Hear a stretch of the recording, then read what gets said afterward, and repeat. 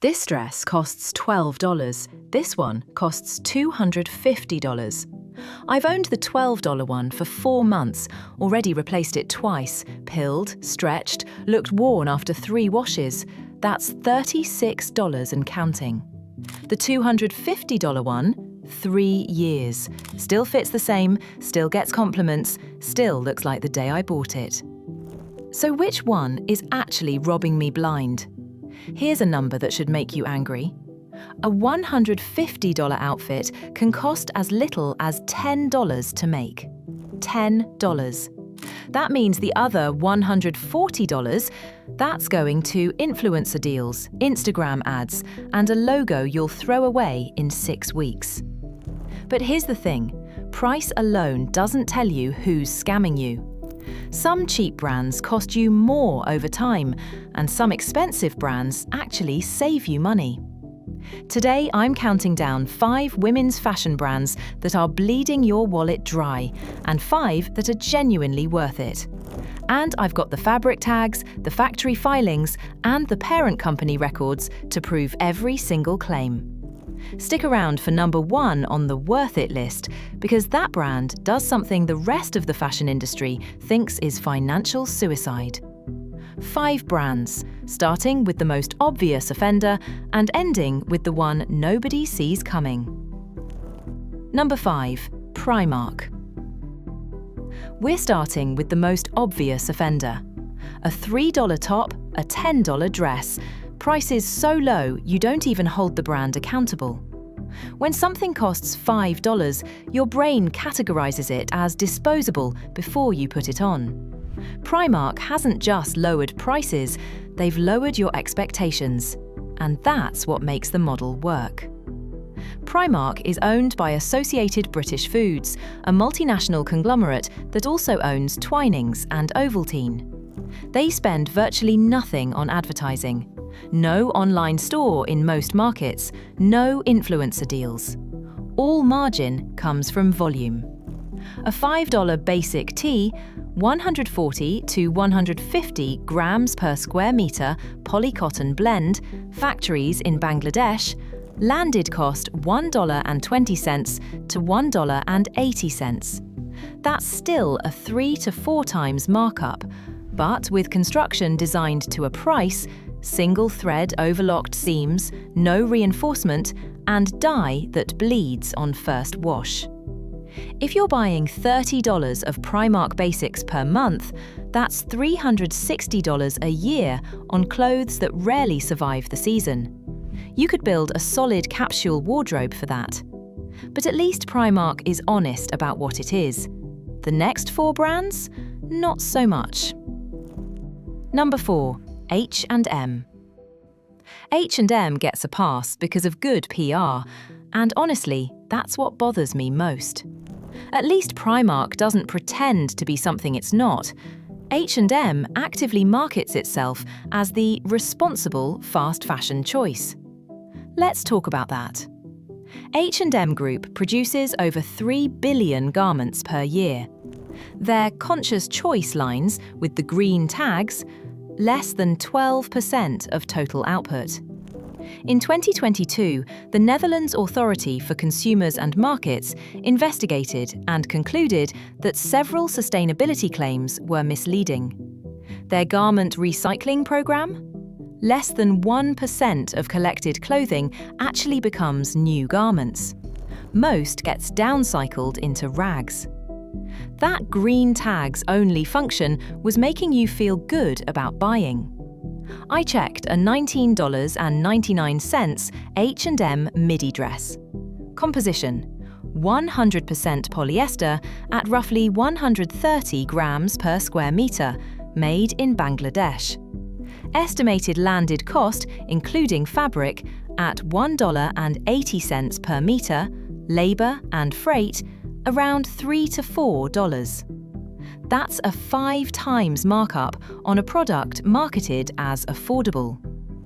The polyester pills within 8 to 10 washes, the dye fades, and the overlocked seams start unraveling at stress points. A $15 H&M dress will pill after about 10 wears. You replace it. Now you're at $30 for the same wardrobe slot. Then $45. By year's end, that one slot has cost more than a quality piece that would have lasted the whole time. And that's bad, but at least H&M is its own company. Wait until you see what number 3 is hiding. Number 3. Pretty Little Thing. Pretty Little Thing is owned by the Boohoo Group, which also owns Nasty Gal, Miss Pap, Karen Millen, and Coast. They share supply chains, warehousing, and factories. A 2020 investigation found Boohoo suppliers in Leicester paying workers £3.50 per hour, well below minimum wage. When you buy a $40 PLT dress, manufacturing cost is around $4 to $6. Boohoo Group's gross margin sits at 52 to 54%, with a massive share of revenue going to influencer deals and celebrity partnerships. I compared a PLT bodycon midi at $38 with a Boohoo-branded bodycon midi at $20. Same fabric, 95% polyester, 5% elastane. Same country, same construction. The PLT version costs nearly double because PLT is the premium brand in the group. The price gap is based entirely on which Instagram page you follow. PLT has been trying to rebrand as premium recently, sleeker packaging, luxury marketing, but the quality hasn't followed. I compared a $55 PLT blazer with a $48 mid-range alternative. The PLT one had glue residue on the lining and flimsy buttons. The $48 one? Properly lined, reinforced buttons, heavier fabric. $7 less. But PLT's trick is amateur compared to number 2. Quick pause. The next 2 brands are the ones people genuinely don't realise are ripping them off. These are the reveals that changed how I shop. Actually, before we continue, do something for me right now. Pause this video and check the fabric tag on whatever you're wearing. If it says 100% polyester and you paid more than $20 for it, you already know which half of this list that brand belongs on. Go ahead, I'll wait. Number 2. Zara. Zara is sneakier than every brand we've covered so far because it actually feels premium. The lighting, the layout, the minimalist hangers. It's designed to make you feel like you've stepped up from fast fashion. But you haven't. You've stepped into fast fashion with better interior design. They have teams monitoring runway shows in Paris and Milan, and within weeks, sometimes days, they've produced a version of that designer look at a fraction of the cost. You feel like you're wearing Celine or the Row, but pull up the fabric tag and you'll see the same polyester viscose blend you find at H&M. You're wearing a speed-produced copy, not an upgrade. Zara is owned by Inditex, which also owns Bershka, Pull & Bear, and Stradivarius. These brands share supplier factories in Turkey, Bangladesh, and Portugal. I pulled tags from a $90 Zara blazer and a $45 Bershka blazer. Both 64% polyester, 34% viscose, 2% elastane. Both made in Turkey. Same double needle stitching, same fused interlining instead of proper canvas. Inditex's gross margin runs 56 to 57% per their public filings. On that $90 blazer, manufacturing cost is roughly $12 to $15. You're not paying for a better garment, you're paying for a fancier storefront. The average Zara shopper visits 17 times a year, compared to 3 to 4 for most retailers. Cost per wear on a $70 blazer you wear 15 times? $4.67. But even Zara's illusion pales next to the number 1 brand robbing you blind. Number 1, Shein. And at number 1, the brand robbing more women blind than any other company on earth. I used to defend Shein, $5 dresses, a full outfit for under $20. It felt like a cheat code. Until I did the math. In 1 year, 14 separate Shein orders, averaging $35 each. That's $490 on clothes I threw away, donated, or stuffed in the back of my closet because they looked terrible after a few washes. $490 for nothing. That's the trap. It's not about one cheap item. It's about making you buy constantly, dropping thousands of new styles every single day. I pulled fabric tags on 10 Shein pieces. 9 out of 10, 95 to 100% polyester at 120 to 140 grams per square meter, the thinnest woven fabric you can buy. A decent cotton tee starts at 180 grams. That polyester costs $1.50 to $2 per meter. Total landed cost of a Shein garment, $1.50 to $4. On a $12 item, that's a 3 times to 8 times markup. Cheap doesn't mean no markup. It means cheaper materials with the same ratios as expensive brands. But here's what makes Shein the worst offender on this list. Their parent company, Roadget Business Private Limited, has been sued over 50 times by independent designers for copying exact patterns and silhouettes. Levi's and Dr. Martens have filed IP theft claims. Those unique designs on your feed? Many were stolen from the small designers you follow on Instagram. Every other brand on this list is overcharging you. Shein is overcharging you and stealing from creators to do it. I washed a Shein blouse 5 times following the care label exactly. By wash 5, a seam was pulling apart. Cost per wear on a $10 top you wear 8 times? $1.25. Hold that number. We're about to flip the script entirely. All right, now you know who's taking your money, and it only got worse as we counted down. Now let's flip it. The next 5 brands aren't just not bad, they're brands where spending more literally saves you money. And each one delivers more value than the last. If you're learning something new, hit like so more people can find this research. The next 5 brands get significantly better. Number 5. Everlane. Everlane publishes the full cost breakdown of every item. Their $48 organic cotton crew, $4.81 in materials, 180 plus grams per square meter certified organic cotton, $5.35 in labor, certified factory in Vietnam, $3.68 transport, $2.17 duties. True cost, about $16. Markup, roughly 3 times. A traditional retailer sells a comparable tee at 6 to 8 times for $80 to $100. Their direct-to-consumer model cuts out department stores taking 50 to 60%, and unlike most brands, they actually show you the math. They perfect a smaller range of timeless basics, iterating over years, not weeks. I've owned an Everlane crew neck for over a year, washed regularly, no special treatment. Collar hasn't stretched, colour hasn't faded. $30, about 50 cents per wear and counting.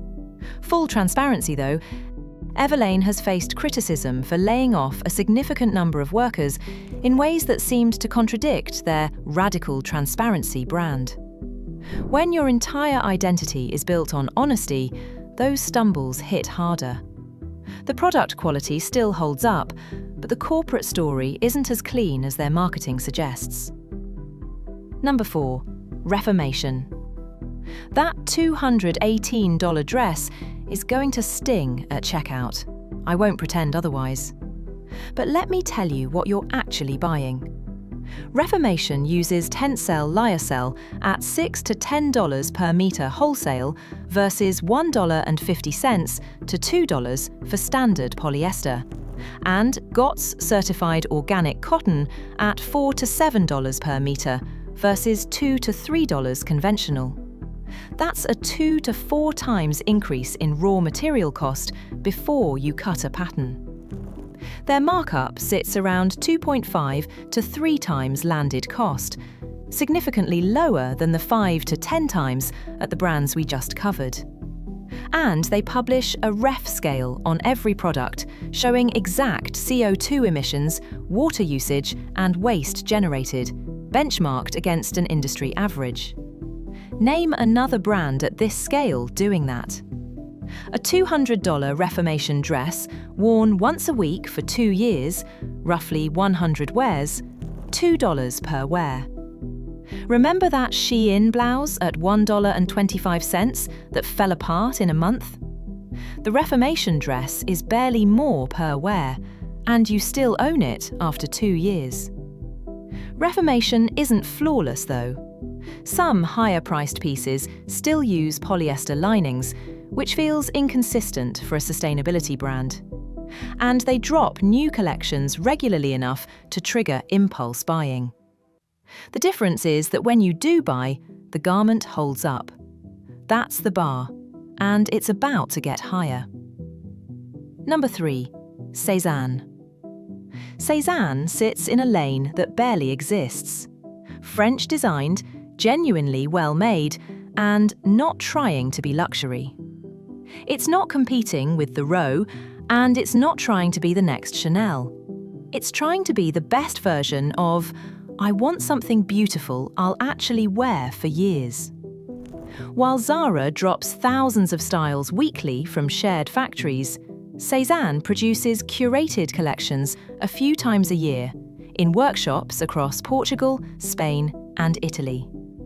I compared a Cézanne crewneck knit at $120 versus a Zara crewneck at $49.90. The Cézanne, 100% RWS certified merino wool, 240 grams per square metre, made in Portugal with fully fashioned panels knitted to shape.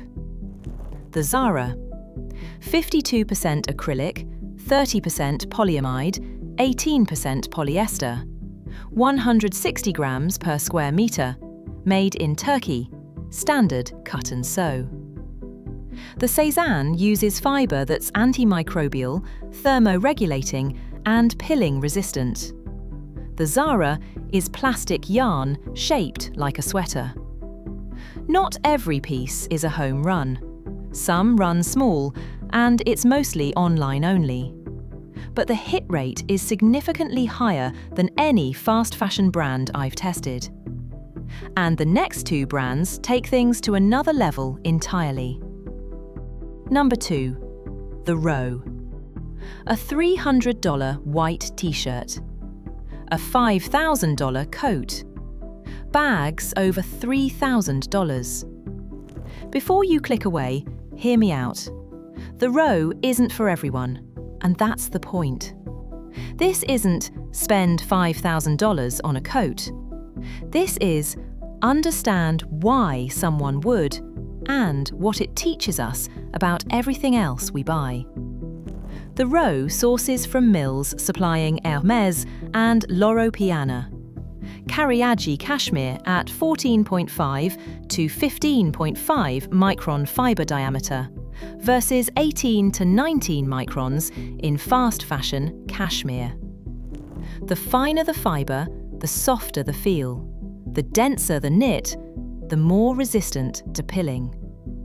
Tailored pieces use single needle stitching, producing cleaner, stronger seams than mass production double needle.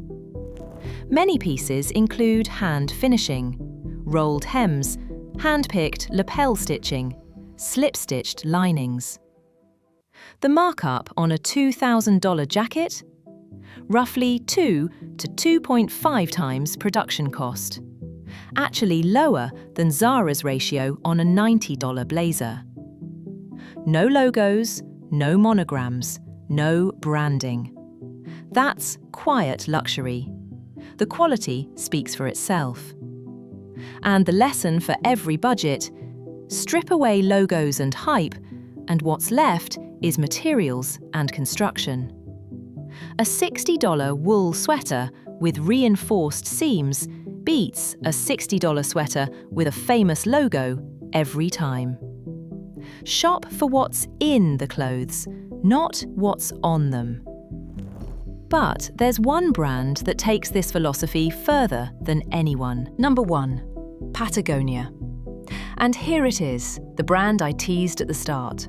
The one doing something no other fashion company on earth is willing to do. Patagonia will repair your clothes for free. Let that sink in. In an industry that makes money when your clothes fall apart, Patagonia runs an entire program, Worn Wear, dedicated to keeping your existing clothes alive. They've completed millions of repairs. They'd literally rather fix your 10-year-old jacket than sell you a new one. Their Better Sweater fleece uses 100% recycled polyester at 290 to 310 grams per square metre, double the weight of a Primark fleece. Seams use flat-felled stitching at stress points, distributing tension across 2 thread rows instead of 1. Shell jackets use H2No waterproof membranes, rated 10,000 to 20,000 millimeters water column with fully taped seams. And since 2022, the entire company is owned by the Patagonia Purpose Trust and Holdfast Collective. All profits go to fighting climate change. No other fashion company at this scale has done anything comparable. When they tell you to buy less, their corporate structure proves they mean it. They once ran a full-page ad on Black Friday that said, "Don't buy this jacket." Can you imagine Shein telling you not to place that order? A $120 pullover worn twice a week for 5 years, 520 wears, 23 cents per wear. From $1.25 per wear at Shein to 23 cents at Patagonia. The expensive brand is 10 times cheaper in the end. That's the entire point of this video. Let's bring it all together. The cheapest price tag doesn't mean the cheapest clothes. It usually means the most expensive wardrobe because you're paying for the same thing over and over again. Here's the number that ties this whole video together. Fast fashion brands mark up 5 to 10 times and put the difference into marketing and retail overhead. The expensive brands? Markups of 2 to 3 times, with the extra money going into better fibres, better stitching, and better factories. You're not paying more for the brand, you're paying more for the shirt. Here is the 10-second tag test you can use every time you shop. 3 checks that take 10 seconds and will save you hundreds. First, flip the tag and look at the fabric weight. Anything under 150 grams per square metre for a tee or 200 grams per square metre for a knit is built to fail. Second, check the seams. Flat-felled or French seams mean durability. Overlocked edges on a $60 plus piece means someone cut corners. Third, Google the parent company. If the brand shares factories with a label that's half the price, you're paying for the logo, not the garment. Drop a comment and tell me, what's the oldest piece of clothing you still wear regularly? I want to know which brands are actually surviving real life, not just flat-lay photos. Please like and subscribe. Next week, we're breaking down the 7 levels of dresses.